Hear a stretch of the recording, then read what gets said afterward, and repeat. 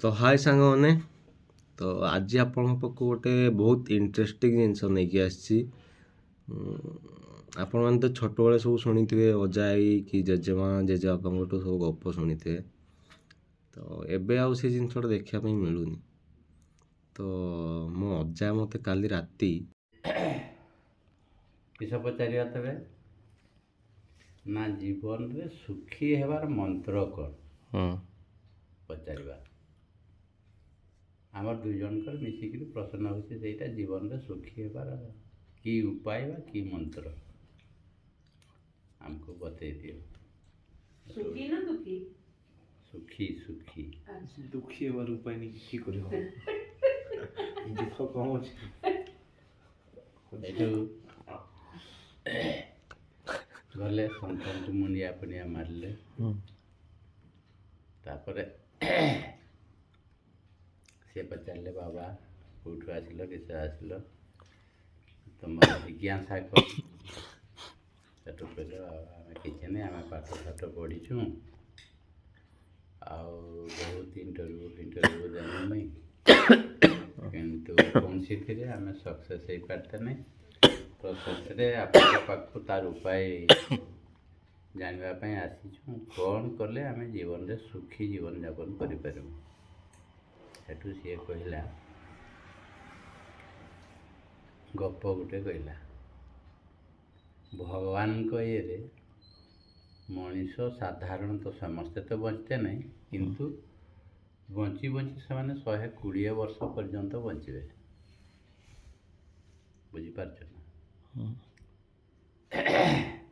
ସେଇଟା ପୁଣି କେମିତି ନା, ଭଗବାନ ଥରେ ଡାକିଲେ ପଶୁ ପକ୍ଷୀ ଜୀବଜନ୍ତୁମାନଙ୍କୁ ଦେଇକିରି ଆୟୁଷ ବାଣ୍ଟିଲେ, ହେଲା ନା? ଶୁଣିଥିଲି। ସେଠୁ ମଣିଷକୁ କହିଲେ, ତୋର ଆୟୁଷ ହେଉଛି 20 ବର୍ଷ।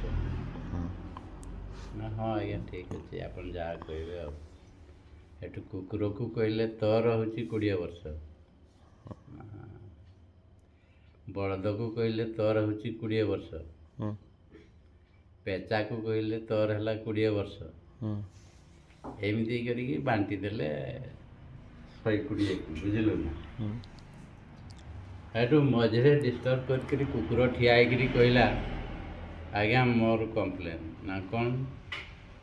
ନା ମୁଁ ଏଇ ବାରଣ୍ଡାରେ ଶୋଇ ଶୋଇ ଅଇଁଠା ଭାତ ତୋରାଣି ଟିକେ ଖାଇ ଖାଇ 20 ବର୍ଷ ମୋତେ ଦିଅନ୍ତୁନି, ମୋତେ ଆହୁରି କମେଇ ଦିଅନ୍ତୁ, ମୁଁ ଏତେ କଷ୍ଟ କରିପାରିବିନି 20 ବର୍ଷ।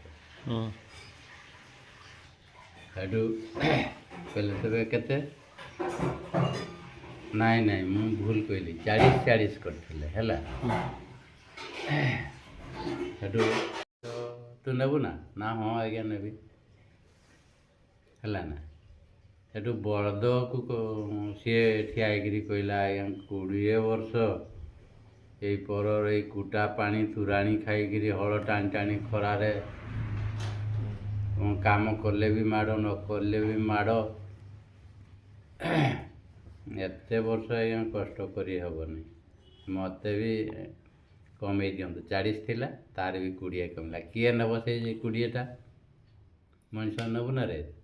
ନା ହଁ ଦେଇଦିଅ ମୋତେ, ବୁଝିଲୁ ନା? ସେଠୁ ପେଚାର ପାଳି ପଡ଼ିଲା। ପେଚା କହୁଛି, ମୋର ବି ଆଜ୍ଞା ବହୁତ, ଏ 40 ବର୍ଷ ବଞ୍ଚିବା ଭାରି କଷ୍ଟ, ମୁଁ ପୁଣି ଦିନ ବେଳେ ବାହାରି ପାରିବି ନାହିଁ, ରାତି ବାହାରିବି।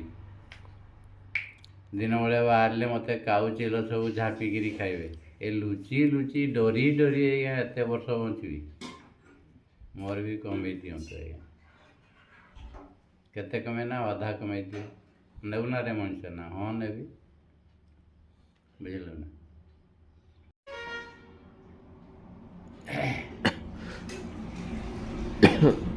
ଏଇ 12-14 ବର୍ଷରୁ 25-30 ବର୍ଷ ପର୍ଯ୍ୟନ୍ତ ଯେହେତୁ ସିଏ ବଳଦର ନେଇଛି 20 ବର୍ଷ, ବଳଦ ଭଳିଆ ପରିଶ୍ରମ କରେ, ସିଏ ଖଟେ, ପରିବାର ପାଇଁ ଖଟେ, ନିଜ ପାଇଁ ପରିଶ୍ରମ କରେ, ହେଲା ନା?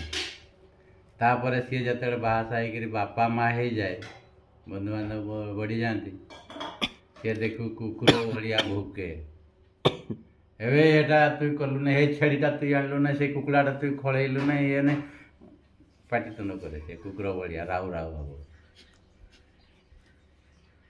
ବୁଝିଲୁ ନା। ଆଉ ଚତୁର୍ଥ ଅବସ୍ଥାଟା କିସ ନା ସିଏ ବୟସ ପଳେଇବ ଚେୟାରରେ କି ମାଟିରେ ଠୁକୁଲୁ ହେଇକିରି ବସିଥିବ ତାକୁ କେହି ଅନେଇବେ ନାହିଁ ପେଚା ଭଳିଆ ଅନେଇଥିବ ଏ ବାବୁ ଶୁଣ ନା ଏଇଟାକୁ ସେ ବୁଢ଼ାଟା କିସ ପଳେଇବେ ନାଇଁ ଧୈର୍ଯ୍ୟ ନାହିଁ ବୁଢ଼ାଟାର କଥା ଶୁଣିବା ପାଇଁ ଧୈର୍ଯ୍ୟ ନାହିଁ। ଏଇନା ତ ଧୈର୍ଯ୍ୟ ନାହିଁ ଥିଲା ବୁଢ଼ାଟା କି କହିବ ତେଣୁ